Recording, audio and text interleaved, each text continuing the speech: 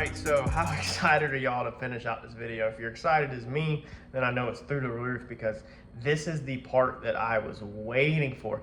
There's always points in a build that we're at a heightened point where we get to see something. Something finally comes to life. You finally got something underneath there. You know, something's together and you get to actually see your vision starting to come to life. Then we're always gonna be the good moments. That's where we're at right now, is we're on a high. Then the lows are, we're slinging body work, we're fitting in another panel, something that's not so exciting. It's all the finishing touches, but I have another very exciting moment for y'all that we're gonna start this video out with that you're about to see. So if you think the last one was a banger, check this thing out. Mike stopped by and me and him talked some more about the next step and we fit some stuff up. This thing's gonna be sick. Dude, look at that. Look at that. So we went ahead and fit the fender up, and me and Mike spent a bunch of time talking, probably over 30-40 minutes. And we talked about everything from the front end, some crazy more stuff we're doing with the front possibly. So if you think that the back is sick, then wait till you see what I decide to do with the front. Man, I told Mike I was very proud of this fit up, because this was just an area that I was really dreading. And then the next step that I was dreading, as I said in the last video, is this fender. In this video, we're gonna finish out our fit up, plus we're gonna get this fender bolted on, and I'm gonna show y'all how we're gonna fix these problems, such as back here where this no longer lines up. So this fender needs to come out like that. We're obviously way too high in the front. We obviously don't match up. So obviously it matches here. It's too far out here. We're way underneath here. We're too high up. We got a lot of problems going on right here. So I'm gonna show y'all how we do it, how we fit everything up, and how we fix this problem. Let's get to work. I got some tape, some tacks on this thing. So I got it tacked all the way around. I stopped. Need to do a little dolly in here to get this back down. It's just tacked all in. Everything looks beautiful though. You really can't ask for anything better than that for doing it right here in the garage with basic hand tools, man. I mean, this is just unreal how amazing this piece has turned out. So I got 2 bolts in this piece now. It lines up pretty freaking beautifully. It didn't line up perfect to begin with because these parts are from the 40s. Obviously, it wasn't super precise, but it is really, I mean, I am not here to hide anything. It is really freaking close for what it is. And a lot of this is the old gaskets and stuff that needs to be wire wheeled off. But this thing is crazy close. Like, it's 100% flush at our connections. It's 100% flush up here. It's a little high right in here. When you do final fitment, when you go to put this thing on for the final time, you could probably get that out. I mean, that's the thickness of a, what is that, a dime? I mean, it's minor, man. If you were to put a bolt there and then kind of squish the fender down and arch it just a touch. But we're not looking for perfect right now. You could also get that out with a little bit of high build primer or body filler. So what we're doing now is we're gonna make our cut to get our fender right. So I'm gonna go through here and make a cut. Now, have you noticed I've tacked everything in and put everything together except for right here. We have not messed with this part right here. So this is what we're about to chase next. We don't have no bolts in this front section right here and nothing. I need to mark my line. So we're gonna come from right here at this, where this metal overlaps in the, okay, same place in the fender. Since we separated the body of the car right here, we're gonna separate the fender right here. Same exact spot. We're gonna go from this line. You'll notice that I'm gonna go straight through all the way to here, and then I'm gonna connect it over there. And then we're gonna take this and we're gonna drop this down. Then what we'll have is one giant pie strip to put in there. We will get our pie strip in eventually. I don't know if we're gonna do it in this video, but we'll get our pie strip in eventually. And then we'll come back and we're gonna cut our wheel arch out. So we're gonna order some different wheel arches, some patch panels off the internet and utilize them. We're gonna cut this wheel arch out and change this wheel arch so it's more curved right here, okay? So it will show the rim and the tire more versus that. Because that thing you're about to see, this thing is gonna be a freaking lowrider with it in this current condition. I'm gonna see what happens. That's why we haven't cut anything out. But I don't think when this falls, I don't think it's gonna go back there, because I don't think it's the same spread. So then what we'll do is we'll come here in a minute and we'll cut this quarter panel, lower part of the quarter panel, we'll bolt it back to the fender, and then all we gotta do is patchwork there. Mike said he'll B-roll us a piece of metal to patch in this extension, and then we'll be good to go there. So let's get this marked out, let's get some cutting done.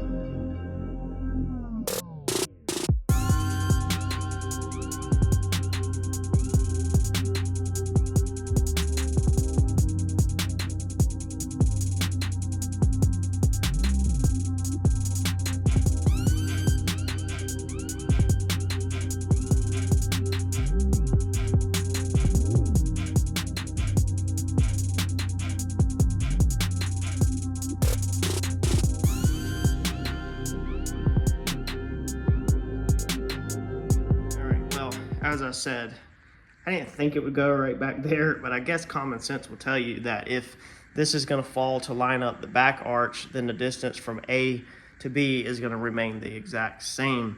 So I just shot Mike a picture and said, I didn't expect that to happen. I don't think he expected it to happen either. He's going to call me though and tell me that he knew that was going to happen. But the back looks amazing. So the back, you literally have to do nothing to by doing it this way. So as you can see, the curves all line back up. That right there goes all back on like it's supposed to be. It's just the front. So basically, you can either come in here and like start pie cutting in this to turn this radius sharper, which is ridiculous because that's a perfect molded piece, or we come right through here in the center, split this, which I know that's what Mike's gonna say do, and that's, even if you don't, I'm gonna argue against it, that this is what we need to do. We need to cut it in the center right there, and then again, cut that out and move that forward so that it follows that same curvature. That way we're basically just bending a piece like this. Okay, that's way easier to repair, and that curve looks better versus trying to tighten up this, which is complicated. There's no reason to do all that on a hot rod that we literally have the freedom to do whatever we want. So now I'm gonna need to cut that and get this rocker cut out of here so that I can move this piece wherever I want it at. I might as well go ahead and rip some of the rocker panel off, I guess, right there at that rot down there. It's a bunch of rot. So I might as well go ahead through this and cut the rot off because that's trash anyway. And then that way basically we can follow our same curvature, probably use a rod or something on the inside for mock-up or something, and they get that curvature right. Man, this thing is gonna be freaking amazing, dude. All right, when you put the bolt in the bottom hole on the outside, to make sure you get this right here, as you can see, it kind of goes away right there. Okay, so you can see we have it perfect at the bottom, perfect at our cut, but the arch has changed a little, and it shouldn't, because this is factory right here. Now I'm pretty sure that this bottom is actually bulged out because it's really rotted right here. It's really soft. So I'm pretty sure that I need to loosen this up, and I need to go with right here in the center and some actual metal, because these curves right here are, yeah, you can actually feel it bulged out. They are factory curves. So point A to point B is the same as A to B on this side because we didn't cut or modify this. So this is where you have to really pay attention and stop and think, because if you don't catch something like this, because at first I lined it up here and I was like, hold on, that don't work, and then I just bolted it in, lined it up there, and then I started putting my clamps in, and I was like, hold on a second. I was like, something is just not right. This whole bottom is spongy, so we can't go off of this corner right here. So I'm gonna loosen this back up and line this bolt up about right here in the center alignment, and then when we create this corner, we will match this corner to our fender, because this corner has to be recreated due to all the rust. I mean, you can see it just fell out right there just from being jacked up. But pay attention to detail. When you're doing these kind of stuff, you gotta pay attention to detail.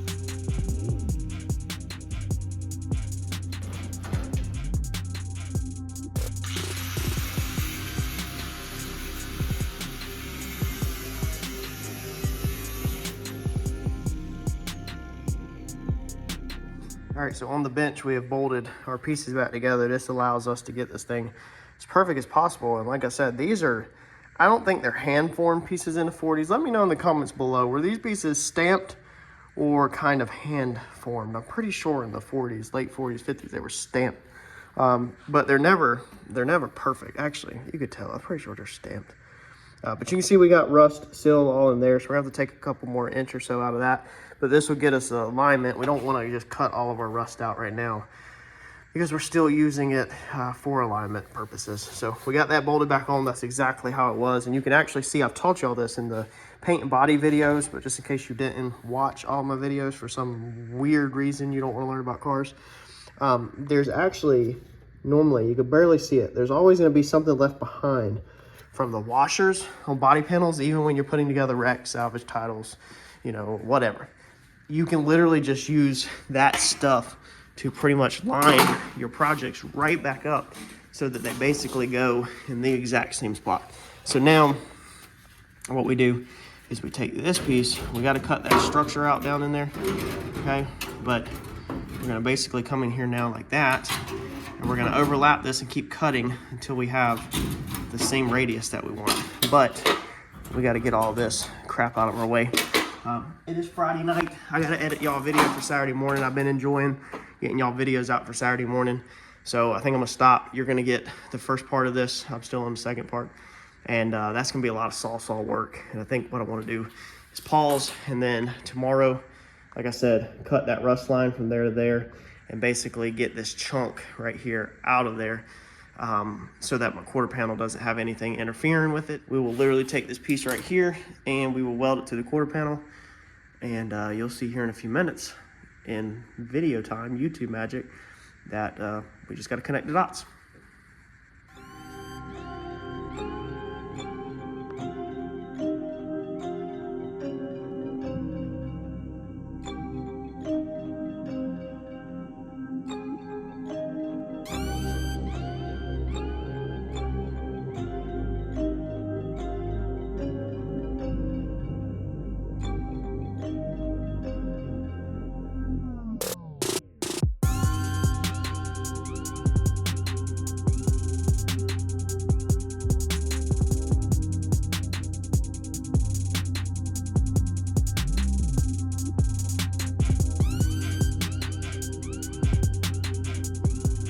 As you can see, second part of this video, Mike stopped by this morning. We got some more stuff mocked up. We got the floors out of this thing. So the back half of the floors, at least where we were working at. So check this out. So we come in here and cut everything out of the back. Jojo, what do you think? Here, look in there. What do you think? What do you think? What did you do? Where'd the floors go? Back there. Where's the floors at? Nowhere. What happened to them? You cut them off. Yeah. Wow. So there's our tire. We cut the inner structure out. Again, remember, Why is it so dirty? Because it's dirty out here. So we put the wheel in there just as mock up to kind of work on figuring out some stuff. How we want to do things. Man, that thing is looking good, dude. So pretty nice. Me and Mike spent a lot of time again this morning planning and laying stuff out. That is one of the very most important parts of, you know, a build like this, is to map stuff out and figure out how it's going to be. And there's literally, it's probably 2 hours of talking with me and Mike. So we're not going to do that in the video. I'm going to move forward, but kind of want to show y'all where we're at. I went to the shop. Yeah, you got a flashlight. I went to the shop and got some quarters. These, I'm not going to show you, wheel arches. I'm going to see if they fit. They're inside the box. You can't, it's just metal. See? Look. So I'm going to see if these things fit before I order another set of wheel arches. Because like I said, we're changing a wheel arch. I want it to still be the skirted look, so we want it low, but I don't want it that low. That's about 25% of the wheel. Yeah, that's about 25% of the wheel showing. I want this wheel arch to be about right here, 50%. So I want the wheel arch to kind of be right where the center line of the tire is, basically. So we're just trying to figure that out. If these don't work, yeah, these are already paid for that I had. If these won't work what I want, or the look I want, then I'll order something else. So I have a couple on the back burners. Basically, all I need to patch is from about there back. The rest of this is going to be wheel arch, and then we'll have to mold in this piece over here, and then we're going to move on to the other side. But we're getting there. Me and Mike, we mapped out the frame. I have the material list for the frame rails, so I'm going to be purchasing the frame rails next week or the week after or so. The rockers, we figured the rockers out and figured out everything, and we hope a timeline of 2 to 3 weeks, lay frame rails and set the motor in the front for mock-up. Now, life might throw a curveball and change, but that's kind of where I'm at currently. So let me get after it. I just figured I'd just update y'all real fast and show you that we mean business now, man. We mean business, baby. All right, so we're gonna make this little piece in here. I stuck some cardboard on the outside with magnets, took a Sharpie from the inside and traced it. And then I took my, well, it's poster board, not cardboard, poster board, and you can see where I traced it from the inside. I left like 1/4 of an inch past it, so we want to cut this thing fat, because just like on all the other pieces to this car, whenever we cut something, we want to double cut through, basically. So we want to put this thing on there, and then we want to cut it with a cutoff wheel through both pieces of metal and use our butt welding clamps as we put it on, so that we can have a precise cut. You don't ever want to try to figure out 2 cuts, like it just never ever works out. So I'm gonna simply just come through here and trace out my piece of cardboard or poster board template onto the metal, and then cut this thing out, and it's literally gonna be just like we've done all the other pieces.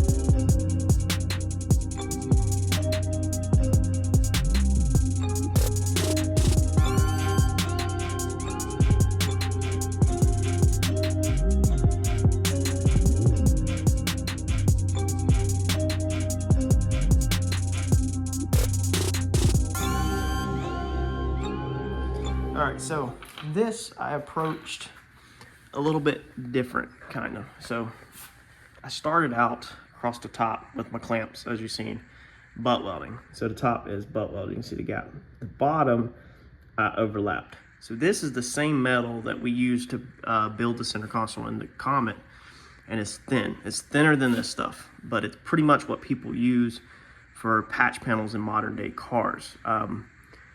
So I decided with the bottom, instead of doing like the top and I cut in the top like we were doing it, I just overlapped it. There's already filler there. So the filler that's already there is literally as thick as the metal that we're adding. So this is gonna give us a stronger weld. I highly regret cutting that in across the top. There's a few areas that are wanting to burn through, and it's actually not the new metal that's burning through. It's actually the old metal. See how the old metal's kicking out? All right, the new metal right there, a little bit of new metal's kicking out, but it's all the old metal. Now with that Bondo there, there's no telling how much they grinded on this piece and thinned it out. It also, I thought, was warped right here. Okay, so it's probably gonna be near impossible to see. Maybe you can kind of see it. But with that Bondo there, and the metal having memory, and the Bondo being all the way down here, body filler, I'm almost curious if this metal, the old metal, is not curved in, and that made the new metal follow it. So little hammer and dolly when we're done. However, I 100% regret doing a butt weld across that top. I wish I would have just laid the metal over top of this, since this is a this part's going to see some wind, and you know, people could possibly bump against it. Like, I mean, it's, you know what I'm saying, like, there's a lot going on here. So I wish I would have laid across the top of it. Moving forward, I will lay across the top of this. So as we do all this, besides maybe over there, I'm not 100% sure yet. If I use this thinner metal, I'm laying it across the top. I don't care. I can take this off, flip it over, and then I can weld also on the back side. So I get 2 welded joints basically, even if the back side is just tacked, smoothed out, because it's all going to be undercoating inside there anyway. And that will give it a stronger seam than just that butt weld ever can give. It just is what it is. You can argue about moisture. This is going to be tires or somebody throwing moistures. You don't ever lap metal over metal, you know, especially the direction it is.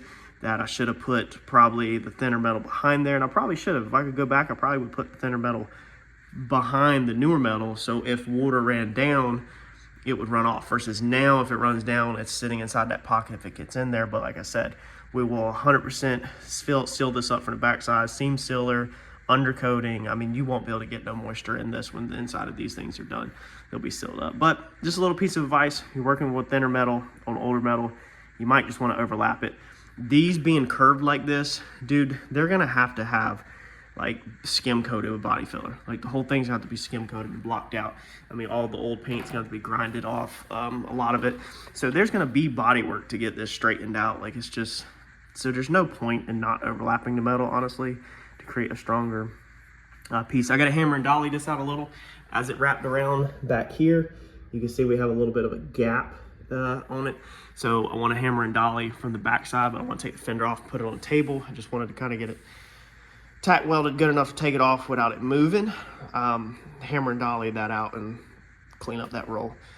But there's the first patch panel. Uncle Mike said that we need to get the wheel arch ordered and then not mess with that front on the actual fender. That way, you know, possibly the wheel arch will have enough metal where we kind of roll it around. We're not 100% sure yet. But yeah, I figured I would just point that out. Back here where this piece is kind of like a butt crack, it's kind of in and in like that.